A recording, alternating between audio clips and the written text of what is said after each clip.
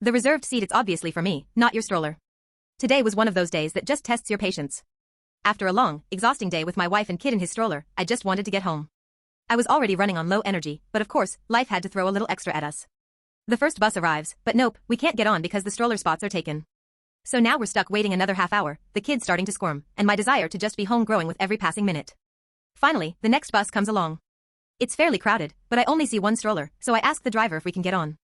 He says there's a spot available. Relief. We step inside, only to run straight into her. A woman in her 50s, comfortably seated on the foldable bench in the designated area, the kind of seat that's only meant to be used when the bus isn't full.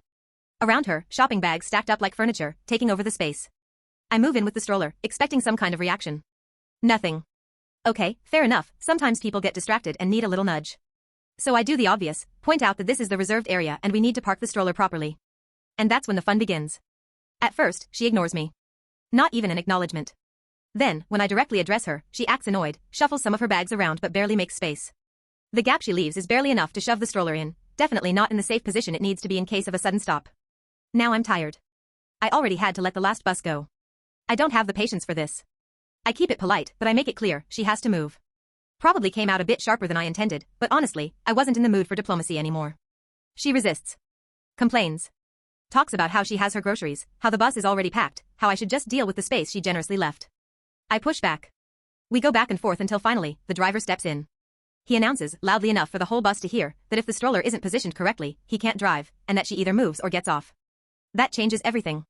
Suddenly, I'm no longer just some stroller guy annoying her. Now, she's the reason the bus isn't moving, and the whole crowd is watching.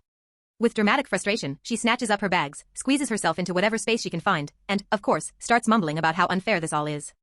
Loud enough for everyone to hear, hoping for sympathy. But no one bites. In fact, what she got were nasty looks, which eventually shut her up. In the meanwhile, we settled the stroller properly, exhausted but ignoring her completely.